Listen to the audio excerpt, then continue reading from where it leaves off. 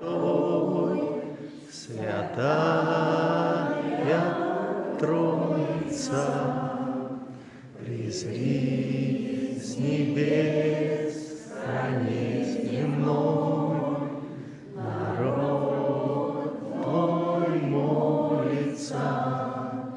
Тебе мы молимся, о Дух Святой, Тебя мы славим в этот час, Святая Троица.